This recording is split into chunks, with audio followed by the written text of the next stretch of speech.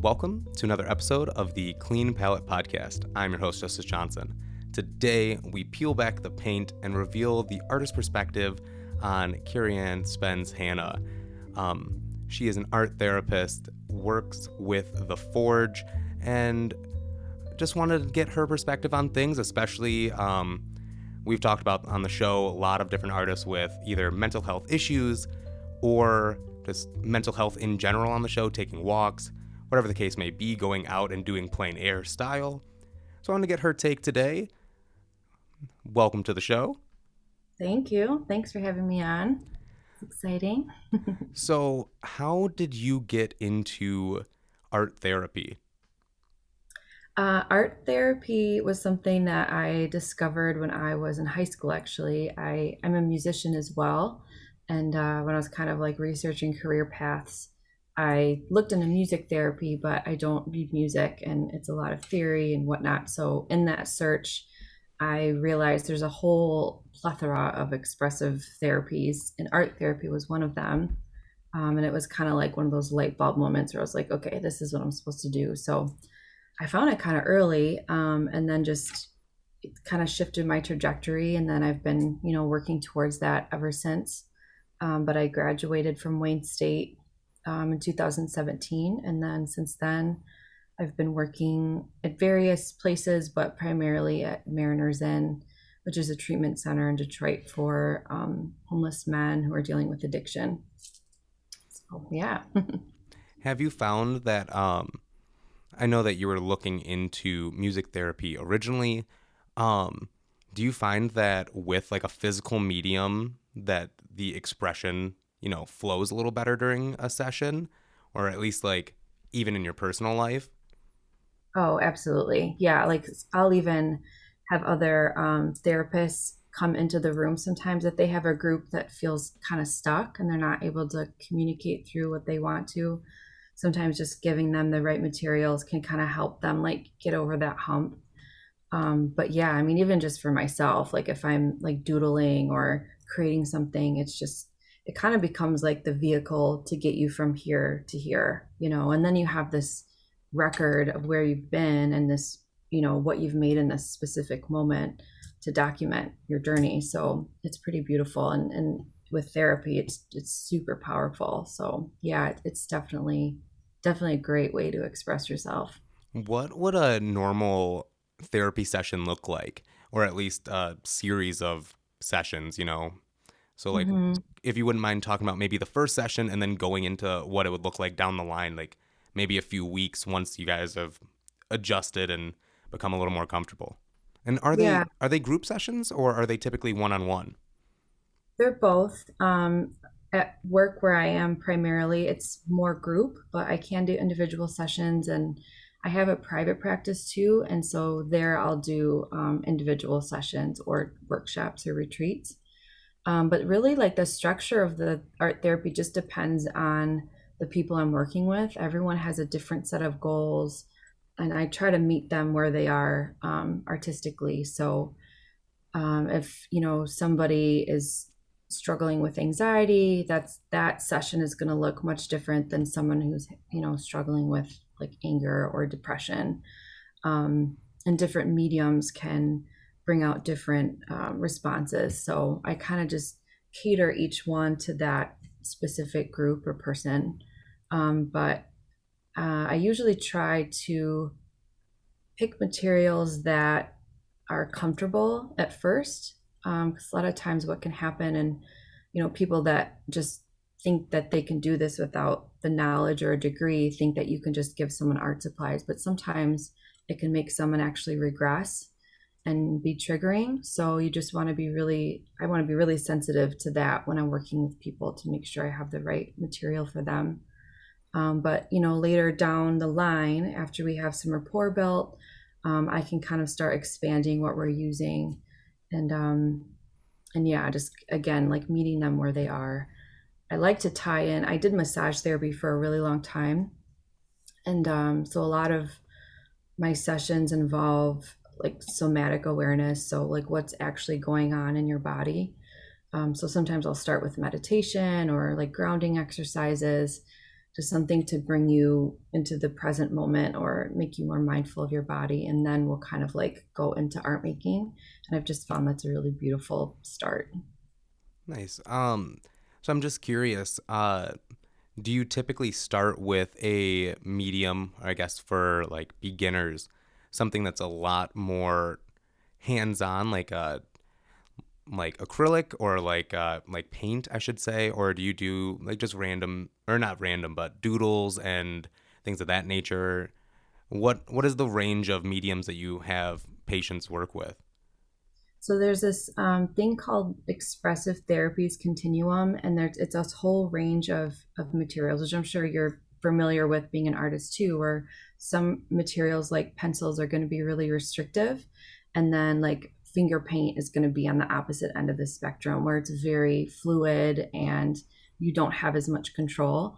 So what I do in art therapy is I kind of observe each person and kind of gauge their personality, how they're using the materials, or even like moving around the room to kind of figure out what material would be best for them.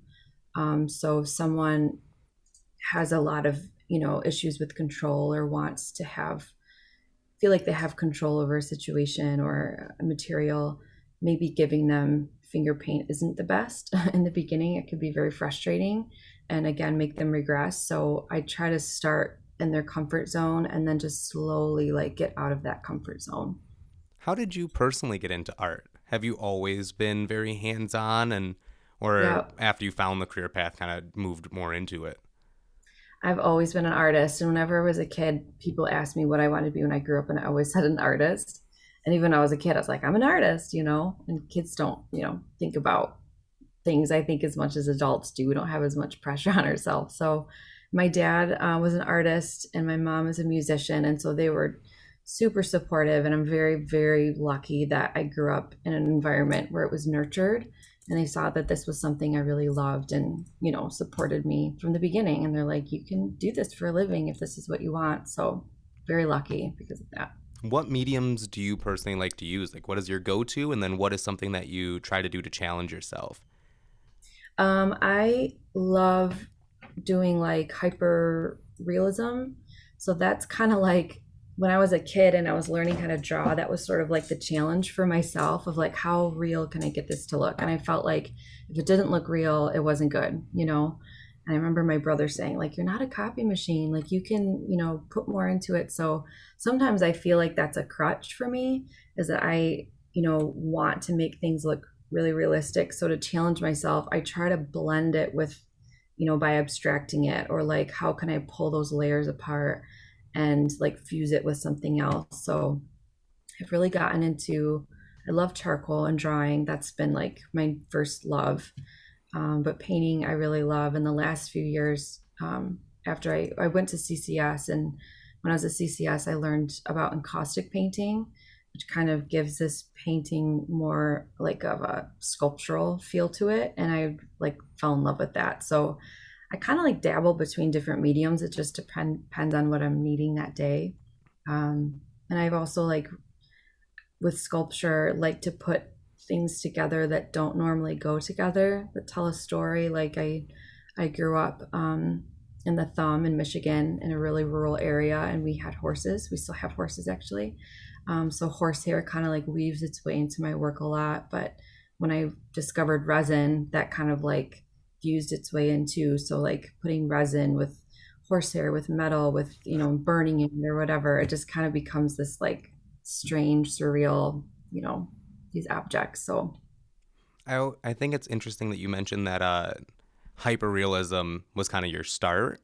I feel mhm. like that's a lot of people's first goal is how realistic can I make this? And Yes. that almost deters people from saying, I know early on you go and I helped my little sister paint for an art Mhm. project. Well, it was supposed to be a self portrait drawing, but she decided to take it upon herself to paint it. Um, and so she asked for my help, and she's like, I'm not the best at making things look real. And like Mhm. for her, it's okay. She kept going, but for a lot of people, it hinders them so much, and they kind of toss it away and say, "Art's not for me. I'm not good at art." And Yeah. that had to be something I had to throw away even recently, is to Hmm. stop trying to make things look exactly on point and have my own style and flair to it, and to kind of get away from a picture perfect hyperrealism as being the A plus range for like what it means to make art, and just to get everything on the page. Have you noticed Yeah. have you noticed that at all with people when they start art therapy? Oh, absolutely. I would say like 9 times out of 10, they're like, I can't even draw a straight line or I can't even draw a stick figure. It's like, I hear that all the time. And I'm like, you don't have to draw a straight line or a stick figure. I'm like, you can draw whatever you want. And I also noticed that, and they said this in grad school too, that around age 12, like if you're a creative person, but it's not being nurtured, or if you have like one person that says you're not good at it, then you set it aside. But it's kind of, for some reason, age 12, maybe it's around puberty or something, it kind of like is like the tipping point. But a lot of clients that I have who say that they're not good at art, and I'm like, well, who told you that? And it'll be like one comment that they got from one person at, when they're a kid, and they're just like, oh, okay, I guess I'm not an artist. So, and I kind of like to challenge people of saying like, so you're going to let one comment define you, and you're going to limit yourself, like your experience here on earth, based on this one interaction, and then they're like, "Oh, I didn't think about it like that." So I'm like, it's a lot of unlearning, I think, and giving people permission to just play and create, especially as adults. We kind of don't feel like we deserve to play or think it's important. But I think it's so important. So yeah. The more free that people feel to draw or paint or through your sessions, do you notice that how do you, or I should say, what experiences are like, what things are common trends that you find in the art that they make?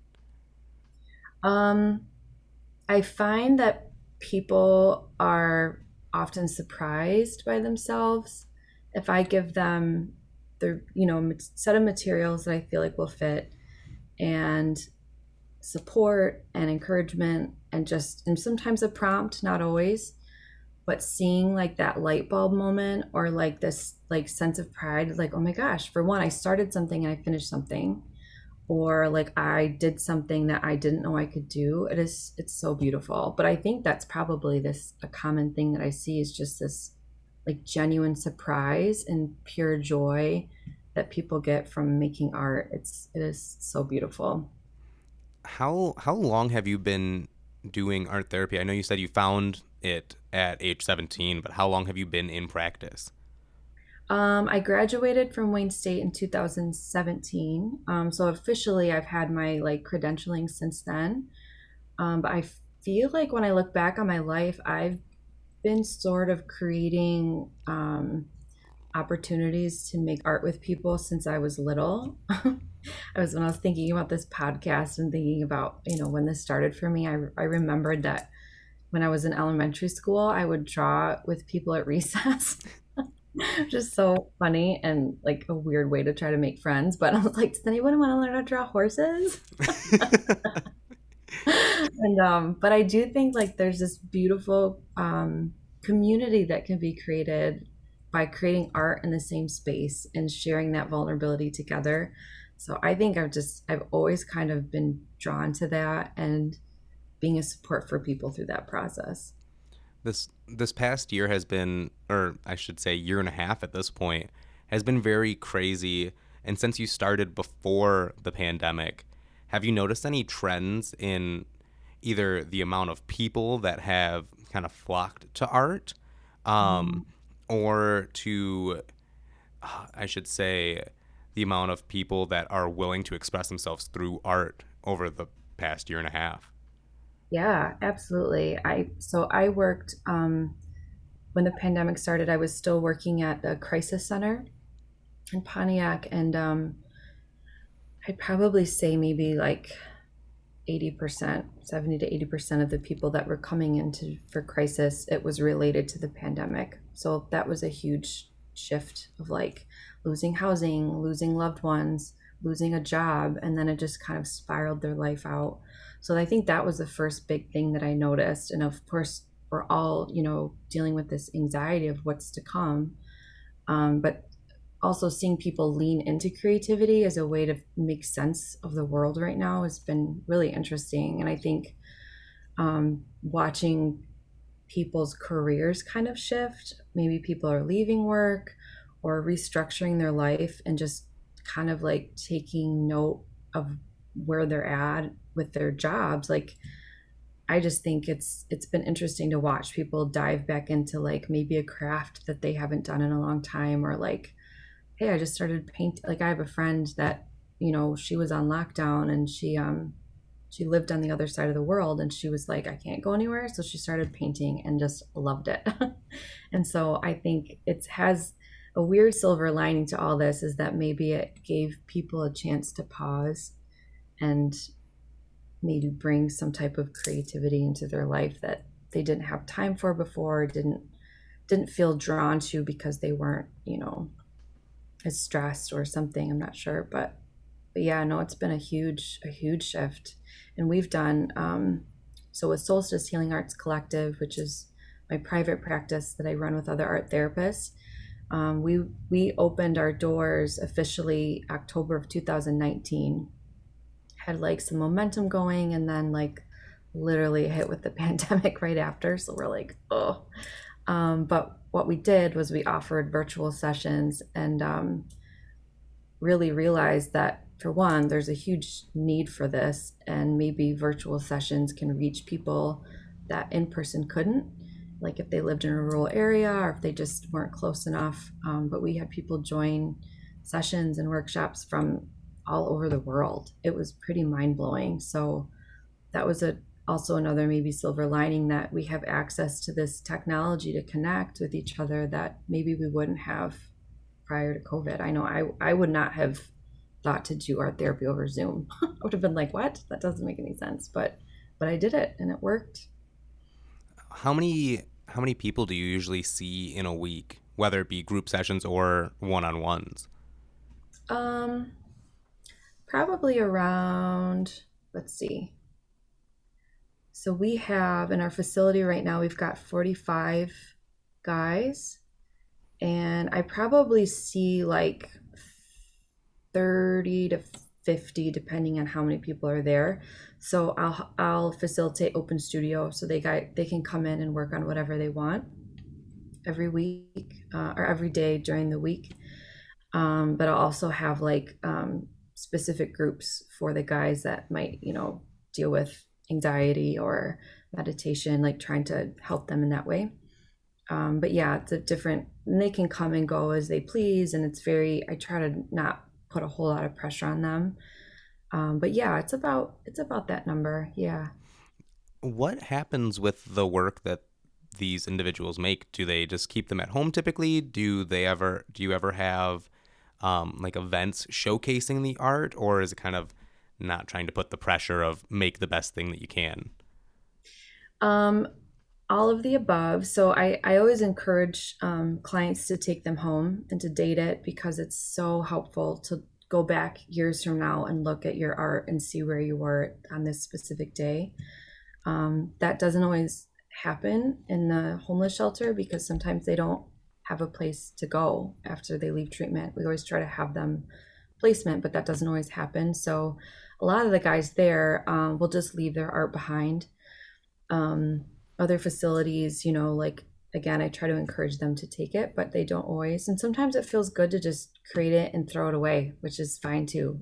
Or sometimes if we're doing like a let go exercise or releasing, we'll just, I let them throw it in the trash or burn it or bury it or whatever. So just sort of depends on the person. And like ethically, I have to keep art. And so what happens in an art therapy session is like the artwork is technically part of their file, their clinical file. Okay.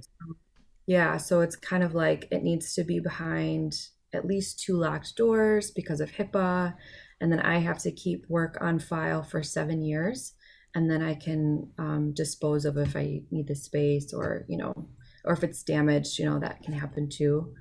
We do at Mariners Inn have a big fundraiser every year called the Art of Transformation, and I'll get permission from the artists to put their art in the show, and then it's a fundraiser for the art therapy program, and also raises awareness about what we do in the program. So there's a lot of stigmas when it comes to art or artists, and I kind of wanted to see what your opinion on it was, or if you had any comments about the overall stigmas. Some of them being, you have to be at one of the extremes to make good art. Like, you're not making good art unless you're depressed, things of that nature. And especially you see so many, whether it be suicide attempts or suicides of famous artists in the past, and or extreme events like people trying to eat paint in their studio, people cutting their ear off, just different Yeah. things. And just kind of wanted to get your take on that. Mhm. I think even just like what we're seeing with the pandemic, of people leaning into some type of creative medium to move them from here to here to help them relax. I think the same thing can happen with artists. It's like you're craving something that's going to soothe you in a time of need. But I definitely don't think that you have to be struggling or suffering to make good art or to be a known artist. Like, you can be a completely balanced human being and still have a really gratifying, beautiful practice. So um, I've had a lot of people ask me, like, why are all artists crazy? And I'm like, they're actually not all crazy. So yeah, it's interesting, and there definitely is a stigma, around artists and mental health. But I think it's interesting that everybody is dealing with mental health stuff, right? It's like this ebb and flow through your whole life of what you have gone through, if you've been through trauma, if you've, whatever your story is. And we also have an ebb and flow of creativity through our whole life. I think the media and also just history in general will record those extremes, and like cutting off ears, or whatever the story may be, and that's sort of what gets remembered. But there's so much in between all of that too, and even in that artist's life, like Van Gogh, I don't think always struggled like he did. I think he did have really a lot of moments of peace in his life as well. But yeah, I know it's a very interesting stigma. It's always one that you hear, and especially like even when you talk about people in the limelight, whether it's physical medium artists or if it's vocal artists. I was talking with a buddy of mine the other day about how he felt on the Drake album. And you hear it a lot in rap that the artist either that they feel hungry or they don't feel hungry. And Mm, you can either use that as a term for how bad they want something, but a lot of it comes from the fact, like, if you're a struggling artist and this is what you want to do, you're putting your best work out so you can make it, not so that, once you're there, they say like you decline in the value. So like, a lot of it comes from you have to be struggling, you have to be wanting it really mhm, bad. And I don't necessarily think it's the case, but especially with you seeing people every day, whether it's, in your sessions with your friends, just wanted to see what your thoughts on it were. yeah, I do see a lot of profound art that comes out of art therapy for sure. It's never something that we, like in the art therapy world, want people to feel like we don't tell people it's about the product at the end. Hmm. It's about the process of creating. So we're not like, it's not an art class where we're trying to teach you specific skills to like get you into a museum. Yeah. It's about like self-discovery and giving yourself coping skills to get through life. Um, but yeah, I do think it is so interesting. I wanted to have you kind of explain a little bit more what the Forge is. Yeah. So the Forge is an artist residency in Grandmont Rosedale, which is like a neighborhood in Detroit, the northwest side. And what we do there is have um, it's a live workspace for artists, so people can rent studio space and or live there. And kind of like I was saying earlier, it's just I find it's really helpful to have artists around and to be kind of sharing really intentional space, and you feel the momentum from the other artists and are able to collaborate in ways that you wouldn't outside of the art residency. So yeah, it's a definitely a passion project. My sister and I run it together now. I lived there in 2017 to 18, and then my friends that ran it ended up selling the house, and then my sister bought it because she fell in love with it, and now we run it together. So it's a fun project to do with my sister, but also just something that I've always wanted to do this in general of like running an art residency. um, I think we're going to start focusing really hard on like creating events and maybe like even mini retreats for people. So like creative flow nights, doing things outside in the yard, having art shows. So I always welcome artists, even if you don't want to live or work there. You can submit proposals and have art shows, like just take over the whole house and have like a, installation piece or whatever it is that you see fit. And we have musicians come and rehearse in the space too, or do shows in the basement or acoustic sets on the main floor. It's kind of open to all kinds of mediums. How many people typically stay in a residency? Looking into, uh, doing research for this interview was the first time I've ever heard of an art residency. So Cool. how many people typically stay at the residency, or how many rooms are available for studio or resident? So we comfortably fit three people. There's four bedrooms, two bathrooms, and then in the basement, there's like a rehearsal space that one of the artists was using as studio space, and then also like another whole other room that can be used for studio. So it's a decent size house, and the yard, there's an empty lot next door. I actually got a grant a couple years ago to put in garden beds, so it's like eventually it'll be like a community garden area. It's still very much in, in the process of being growing, but yeah, so people can do stuff outside as well and use the backyard. I think that almost speaks to what you were talking about earlier from the ages of 12 and up, just like continuing that nurturing process and keeping that going. How important is, I know you said it was very important to keep nurturing art from that age from like 12 to 15. How important is it to continue that nurturing in adulthood? Oh, yeah. I mean, for sure. There's so many people as adults that I think just it's almost like they need to be given permission, and it is a very like nurturing thing to be an art therapist and to make art with people, and there's a lot of vulnerability that goes into it. But yeah, giving that nurturing energy and making people feel supported. Even like my art room, I try to make feel very peaceful, like with lighting and just, I have a sound bowl sometimes I bring out, or a chime, or sometimes I'll just play guitar for them and like let them close their eyes, like try to make it very peaceful and relaxing. So yeah, the nurturing part is huge. There's I've talked with almost everybody on here about the social media aspect when it comes to art nowadays. And it's almost to a point where the space it's a very nurturing space if you find your niche and you find your people within the space.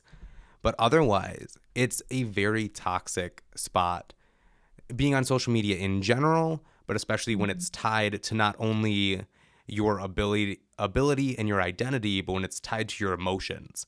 Mm-hmm. Um, how how would you go about, minimizing the effect of, wanting to get known with your art, but also not wanting the toll of, the toxic social media when it comes to numbers and when it comes to people reacting to art that you make? Yeah, that's a great question. And I feel like, all of us are kind of feeling that right now.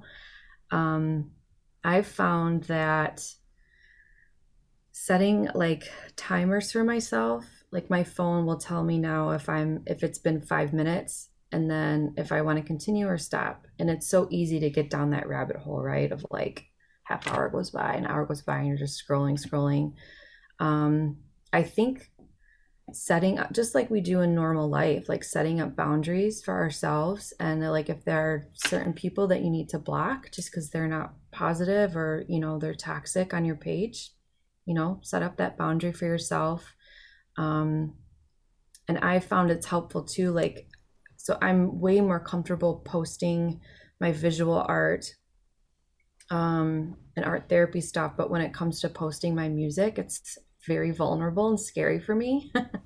So my good friend offered to take over my music page, and I said, go for it. So I think that's really helpful too, is if you're able, like, outsource it, have someone else do it who doesn't have as much of an emotional connection or might not be triggered like you could, like that.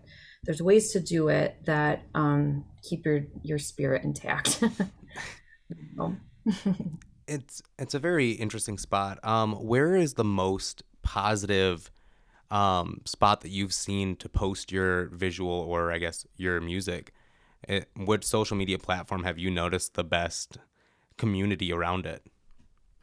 I think, like, I mean, I feel like Instagram is probably my to go to now. I still will post things on Facebook, but if it's longer posts or more of story, like a bigger thing, then I'll post it on Facebook, and I do get more like longer comments, more conversation happening there. But on Instagram, it does seem like it engages more people. Um, so yeah, that's probably what I use the most. And I just wanted to take a second to. I know we've talked about art and mental health, and we've talked about the social media and mental health. I just want to talk straight mental health. What kind of tips or advice? It's fall. People, the clocks are about to go backwards. What Mm-hmm. day-to-day advice, like minor things that you can give people to, get them out of that fall slump? Mm-hmm. It's such a good question. I think, like, starting, there's this, I can't remember who said this or when they said this, but waking up and making your bed first thing in the morning, like starting with a routine, is so helpful. Like, if you can wake up just 5 minutes earlier and stretch, like do something for your physical body, I think it's so helpful. And I think, like, if you're more of an athletic person, you're probably doing this anyway. Um, but I would say, like, and I actually met this guy who used to work with me in the crisis center. He was in recovery and just like a really interesting guy, but he would come in and make art with the clients. And he said to get through recovery, he would try to do one thing new every day. And I really love that. So I've actually started, I love to journal, but I'm the type of person that will start, but then will lose momentum. So at the beginning of the year, I challenged myself to journal every day, but it could just be a sentence, it could be a full page, but of just something I've learned that day. And it's been really, really helpful and really grounding. And it kind of like makes you take note of everything you do learn in a day. Sometimes it's more. I'm like, I have to edit it down to fit on a page. So I think just like trying new things, staying connected to each other, that's huge. Don't isolate yourself. I think with winter coming and, people being afraid with COVID, it's very easily to cocoon ourselves. But stay engaged and like reach out. You're never alone. There are always people out that you can reach out to. Me being one. If you need to talk, I'm here. Where can they find you if they do need to reach out? Instagram, or you can look me up. So solsticehealingartscollective.com. That's like our private practice collective, and we'll do workshops, open studio, things like that. So if you want like a proper art therapy session, I would reach out to me there. Facebook, you can find me on Facebook. Yeah. I think that might be the perfect spot to, put it in a bubble. But Yeah. I thank you so much for coming on and giving your thoughts. Um, is there any last message that you really want to put out there, or any last thing that you would like to plug before we wrap things up? I would just tell people to create, every day make something new. If whether it's just doodling for a second, or maybe you're raking your leaves in the yard in a really interesting pattern. Just do something that is grounding to you and, you know, helps you connect to yourself. Well, this has been another episode of the Clean Palette podcast. I appreciate you so much, Karianne, for coming on and giving your thoughts. I hope you have a great rest of your day. And until next week, stay creative. Thank you.